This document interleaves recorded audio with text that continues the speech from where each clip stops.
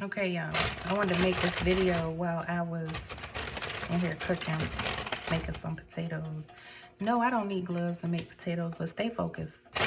We're about what I'm about to say and not what I'm doing, okay? This video is gonna be about church people, okay?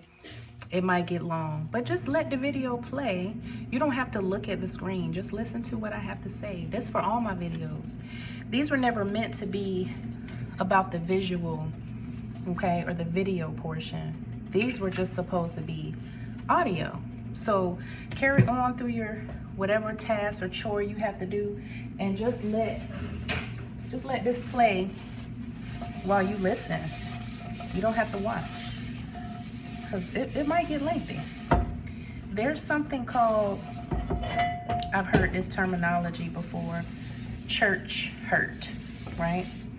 And that basically means, to my understanding, I can only tell you what I took it to mean, is simply put, hurt or pain, trauma, suffering that you received either from people in a church setting, or you know, just people that you know from church, from a church, that have hurt, harmed, disappointed, whatever you in some type of way, right?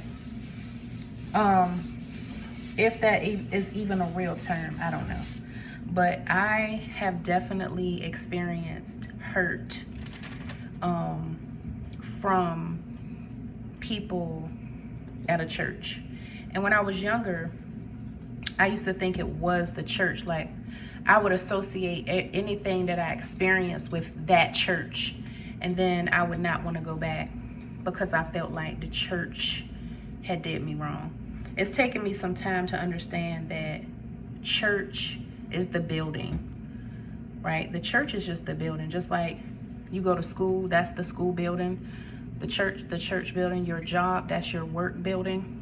But the job, the church, the school didn't technically or specifically do anything to you. It is the people. But we tend to punish, for lack of a better word, the whole organization. Like, I'm not going back to that church. I need a new job. I'm taking my child out of this school. I don't like this school. No, you don't like what somebody there did, right? Which, if it's enough issues with multiple people at work, school, church, which is what we're going to talk about today, then sometimes you do have to leave. Don't get me wrong. I'm not saying, hey, the building itself didn't do anything to you, so you need to stay. No, I'm not saying that. I'm saying if enough people at this building, at this organization, this facility, entity, whatever, have hurt you, and I mean actually hurt you. I don't mean they don't like your shoes or they didn't get you a gift for your birthday. I mean actually have done something that's hurt you. It's probably time to go, right? So just to reiterate, church hurt is real, and I'm gonna explain what it is for me. I've heard churches say, you know, there's no perfect people here. We all fall short. We all sin. Nobody's perfect. It's all of these little catchy phrases that church folk will use to justify their poor actions and the hurtful things that they say, right? And I'm the first to tell you, I don't expect to go to a church and find perfect people, because we all fall short, right? But, however, is probably a better word.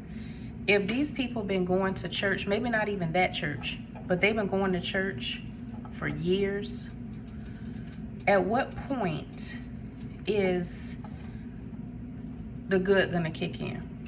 At what point do they become better? At what point do they become more Christ-like? At what point can you meet them and within the first couple of minutes of speaking to them, you know they're quote unquote a church person, or that they love God, that they're a believer? You've been going to church for years. Anything we do over time, we should get better at it, right? Just like right now, I'm cutting up these potatoes. I'm not even looking at what I'm doing, because I've been doing this for so long, right? I don't need to look at it. Is it smart Probably, because I'm handling a knife. But I wanted to give you a visual, right, parallel to the point that I'm trying to make. You get better at things over time. You've got better at your job. You've moved up.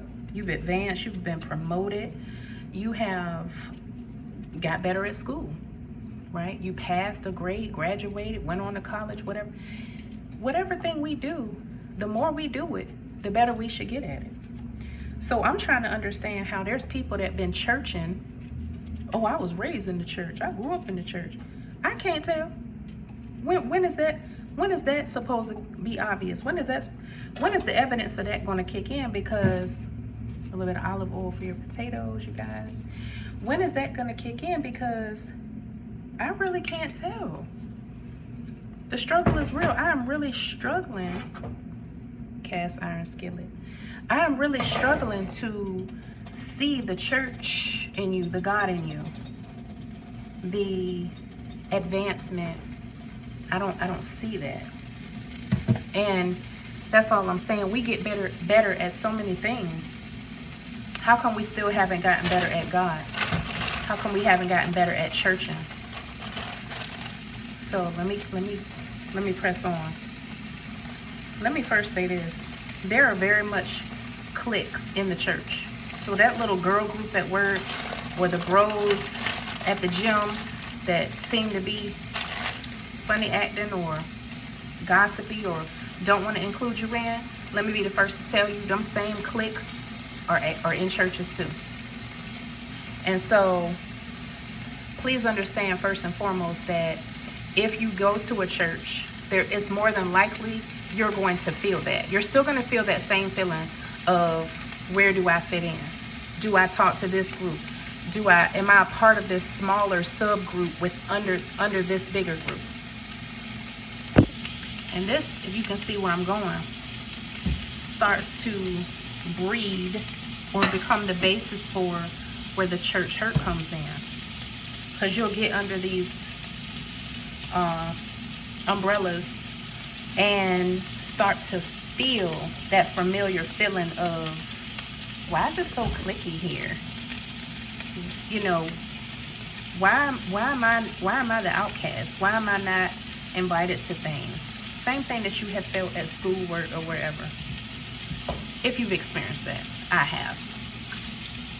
And let me be the first to tell you, I know that I'm not everyone's cup of tea, coffee, or juice, right? I know that I have this out of the box way of thinking. I hope that the sound isn't too loud from my food cooking. So I know that I might be different than the norm, if there is such a thing, the average bear, right? But church, you would like to think, is one of those places, where you don't feel that. Because it's like, come as you are. We accept everybody, the broke, the battered, the bruised. Just come as you are. You know, wear what you got. We gonna leave it all at the altar. We're gonna embrace you. You know, so you go into these situations, multiple, yes, where you've tried different places, and it's like, okay, I should feel, this is the one place I should feel embraced. I should feel accepted. I should feel loved. I should feel all of these things because it's church, right? But you have to understand, them same people at church go home and live regular lives Monday through Saturday. And a lot of those people haven't advanced, like I was talking about earlier in the video. They have not advanced. So they're still out here, you know, raising hell, or just backbiting, being hard to get along with, disagreeable, gossipy, all of the things that you thought that you were getting away from by going to church. No, it's right at the church. So that is the hurt that I'm talking about, where I have just not felt fully or even halfway accepted, embraced, love. is at church. And maybe some of that is my own fault because, expectation can breed disappointment. And I would go into these churches with this expectation that I was going to be loved, embraced, accepted. And I think initially you'll get that feeling. And please understand, this is not me trying to discourage a non-believer or somebody that was thinking about going to this new church tomorrow. I'm not trying to discourage anyone. If you really listen to what I'm saying, I'm giving you some good information so that you don't go in with this expectation that these people are going to be different than any people that you deal with in your regular world outside of church. It's the same people, they just at church, right? They're not advancing. They're not growing. So when I was younger, I went into these churches with this expectation that I would feel all of these warm and fuzzies when I came out of there. And it was just quite the opposite. I heard how they would gossip and talk about people's outfits after church. I could smell the alcohol on people's breath when they talked to me. I could see people just not showing love, not being real. Just a lot of fakeness, right? And so I would get so disappointed and so hurt and so upset. And then I'd try another church and see it again and feel it again. I'm like, okay, you know what? Maybe it's me. Okay, Lord, do I need to do something else? Do I need to study a whole nother faith, a whole nother belief system? Do I need to go see what these Muslims are doing? Do I need to find a Buddhist temple? Am I about to convert to Judaism? Like, what is it, God? If it's me, let me know. And so he had to start dealing with me to let me know what I'm telling you now, which is stop going to church expecting any different than what you feel at school, work, or anywhere else. Now, if you go there and you do feel love and you do feel acceptance and, and you're just feeling this very good energy, then that's great. That's a beautiful thing. That's what we want. That's what we hope for. But if you're not feeling it, jumping from church to church is not going to solve it for you. It's not, because it's you. God is trying to, same thing I was saying in the beginning, God is trying to advance you. He's trying to help you grow. And that's that's the growth that I had to experience, to step back and say, okay, you know what?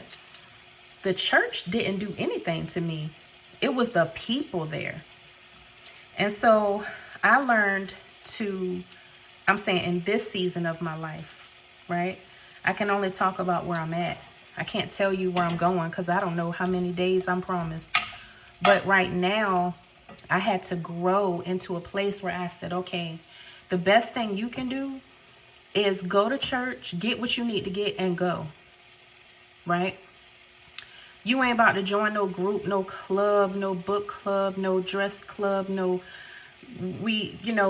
we're going to do this today. We all play acoustic guitar and we're going to meet on every third Wednesday. Hey, this is the Women's Auxiliary Club. It sounds nice, but don't do it. I'm not telling you not to do it. I'm telling you the season I'm in my life. I had to get to this place where I was like, okay, girl, the more that you get entangled with these folk, the more you're going to see that you don't like, because they're the mask and the facade start to come off. When you're doing these little side activities, hey, we're doing a fundraiser, we're selling fish, then you start to see people in other light outside of church on Sunday. And then you're going to be right back in this place again of disappointment. As soon as Sister So-and-so is talking about Sister So-and-so's wig, or you heard Sister So-and-so done looked at So-and-so's husband the wrong way, or girl, you ain't know she was at the club last night. Don't get caught up in that. You go, you get your word.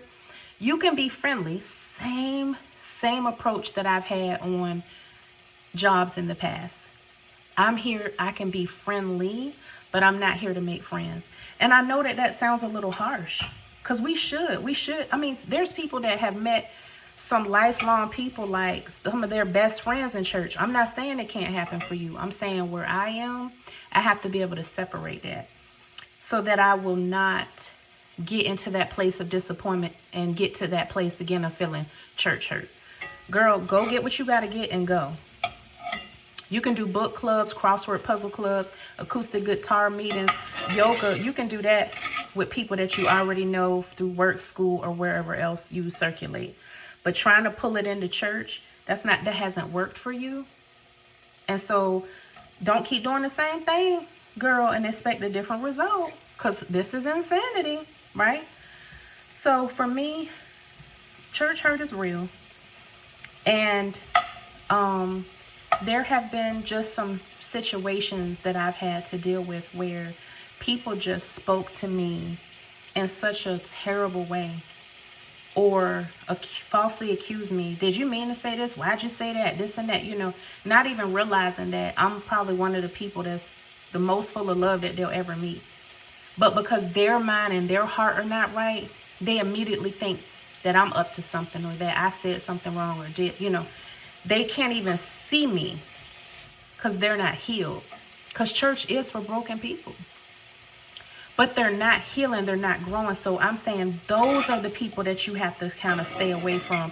You don't have to avoid them or ignore them, but you need to know how to do high and by and not get caught up with that unhealed energy that hasn't grown. It is at church too. So I just want to say, the next time you're thinking about leaving church, this church, that church, look around. You see, that's why so many churches, dang, it's a church on every corner. Yes. Because people have been church hurt, and they keep thinking, well, I'll just go make my own church then. Or I'll go join so-and-so's church because them people, they act different. They treated me kind. Yeah, usually in the beginning when you're new, the whole welcome wagon gets rolled out. Oh, tell us about yourself. Give us your information. Oh, we love new members. Da, da, da. But then once you get familiar, it's not the same energy, right? You're not new anymore. It wears off just like anything else. The newness can wear off of anything. Tires, clothes, relationships, all of that. But you can't keep running from place to place, chasing this new feeling, chasing this acceptance, chasing this. The work is in you. You are the church. You are part of it too. You have to grow and change yourself. So until you get to that place of awareness, and it kind of starts to hit you like, you know what, that is me, or that was me. I have kind of jumped from place to place, and it works more than just church. Church hurt is real, but this same concept, you jumping from job to job, relationship to relationship, right? Every time you turn around, this person, and it's not working. And then you say, well, maybe it's me. Yes. Not maybe it's you. It is probably you. It's not that you're a bad person or that you're doing anything wrong. You just haven't grown. You have not got to a place where you see that the growth has to happen in you. And that no matter how many times you jump ship and change positions and trajectories, if you don't get you right, you're going to keep experiencing this same church hurt, but just at a different location. Okay? So take a little page out of my book. I was just giving you some free tips today on this Sunday. Matter of fact, on this Sunday. But no, you're not imagining it. Now, let me just say this real quick before I go. If you've experienced something that is just really out of pocket, like I'm talking about toxic, like seriously problematic, if you've been in church, you should have some level of discernment to be able to say, okay, you know what? This is not good. This is not healthy, and I need to go. Please, by all means, get out of that situation.